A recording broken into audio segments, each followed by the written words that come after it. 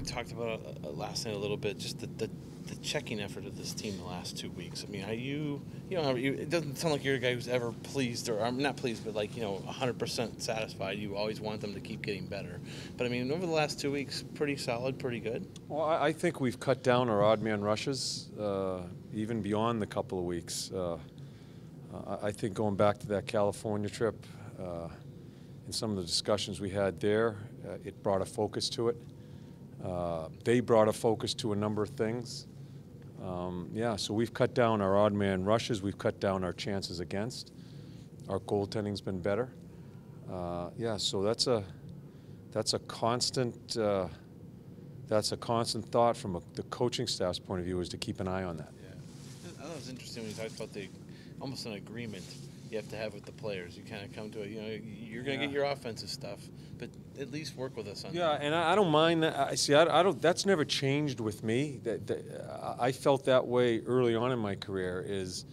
I think you have to allow them to be themselves, allow them some freedom, as long as they're doing the things that we're teaching. We don't teach every facet of the game. We don't teach what they see on the ice, how they see the offense. We can't. We have no clue what they see. That's why we're not playing the league. They're the guys. But the other part of the game, the structure part of the game, to a certain semblance, that's our responsibility. That's changed. I mean, back then it was a ton of structure. We're asking for probably maybe a quarter of that type of structure right now, the way the game's played. So meet us halfway. So it's a give and take. It's a two-way street. John, on that point, you talked about last night the battle between Duclair and Bjorkstrand. Mm-hmm. As a coach, what is the balance for you between teaching, motivating, and saying it's time to put up as a player? To me, there's no formula. It's reading the player. It's reading his body language. It's reading his effort. How you approach that. Are you going to lean on him and teach? Have you done it too much and the player's stale? That's a constant read as far as how you need to approach that player to try to basically develop him. I think Duclair needs to be developed. I think Bjorkstrand needs to be developed. Developing a player isn't always being mad at the player. Sometimes you should be mad at the player. So that's where there's no concrete answer I can give you other than use your stomach as a coach as far as what that player needs today, and to try to help him along. You've had Bjorkstrand around for a while. Duke is newer.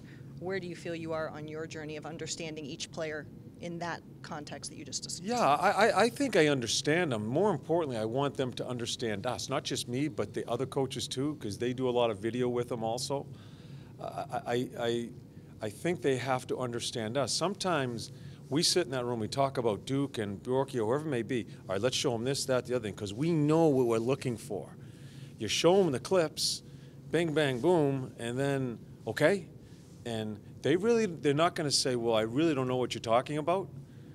So you have to explain why. I think we have to spend more time explaining why we're showing you this. And you try to get a conversation going.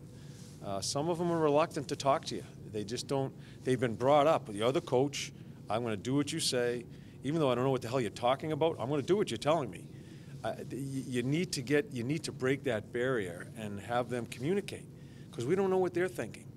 And that is one of the things, Allison, that I really live by. I don't want a player going home to his family or wife or whatever girlfriend, and not understanding where he sits today and what we talked about today. But I can't referee all that. They have to come to me also. And so that's what we try to encourage. If you get a player like Nasher, who's gaining a little bit of confidence, scores a goal last night, how much can one player affect his line mates? I mean, if the guy's up, is his line up? Is his line down when he's down? Yeah, I don't know. That line is it's been, even though Nasher hasn't been scoring, that line has been pretty effective. Sure, especially a center ice position. sometimes affects a number of different things. I don't think Nasher has had nothing but a positive effect on that line, even though he hasn't scored. I think he's a smart player.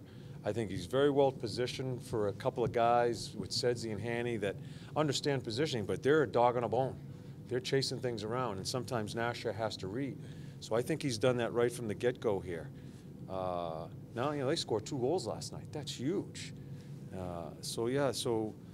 I don't think he's hampered the line with the lack of stat on a piece of paper, because I think he's a smart player.